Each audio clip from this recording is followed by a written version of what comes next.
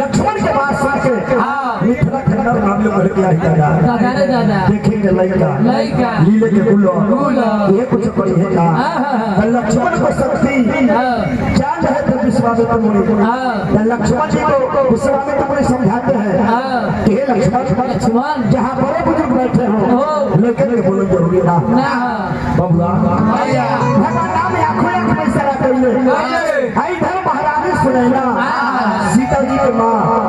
बेटी सीता के लेके दुआरी पर से बरात चल जाए लड़का वापस हो जाओ तो बेटी वाला का बीती अमीन साहब खाली अनुमान लगे बिल्कुल जरा दुआरी पर से बेटी के बरात वापस हो जाओ और लड़का चल जाए तो बेटी वाला पर बीती का रानी महारानी सुनैना होता सीता जी रो राजा जनक जी मिथिला के नर नारी यहाँ हंसी खुशी लोग करत रहे सबके आंख से गंगा जमुना के लोग झड़ झड़ गिरता राजा रानी के समझावे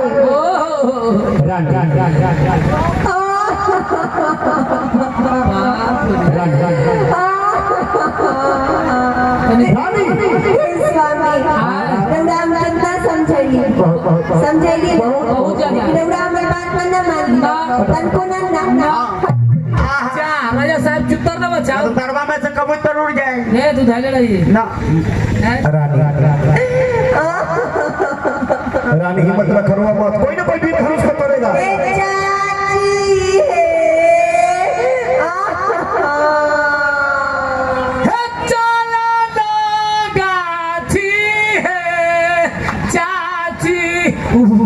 कखनी से पेड़ में लागल हुआ चूल्हा न रे बाबा छिकाया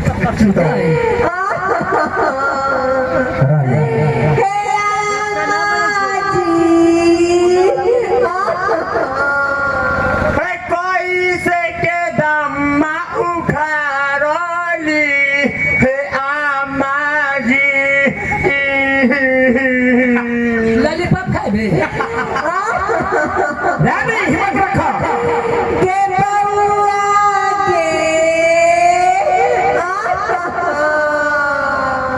हो राजा बे जाके तो गेला बकरी पोसिया हलगा के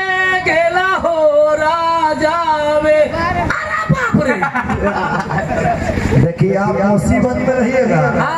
आपका पड़ोसी आपका मजाक उड़ाएगा मजाक की बात है हम खुशी से थोड़ा ही ना रोई बेचारी मुसीबत में है इसका मजाक क्यों उड़ा रहा है हम खुशी से थोड़ा ही ना रोई थोड़ा कथी का मुसीबत हमरो चिनौटी के ढक्कन ना खुलैया ऐसा भगवान खोलेंगे ढक्कन आके खोल दिया इतना ढक्कन बना के रखा चुन्ना छिटा जाते रानी हिम्मत रख अरे मां अपन बिराई धनुष के चोरी राजा जनक जी महाराज अब मिथिला के लोग अपन जिला के लोग पहले गावे ये वैशाली जिला मुजफ्फरपुर जिला पहले एक वो जिले रहे लगभग 52-53 साल हो गए नौवीं साल के जानकारी है सही बात है 52-53 साल वैशाली मुजफ्फरपुर जैसे परिवार में जनसंख्या जब बढ़ता है लगाव होता है तो सही जिला में जनसंख्या बढ़त बा परिवार अलग है दुल्हन परिवार के जैसे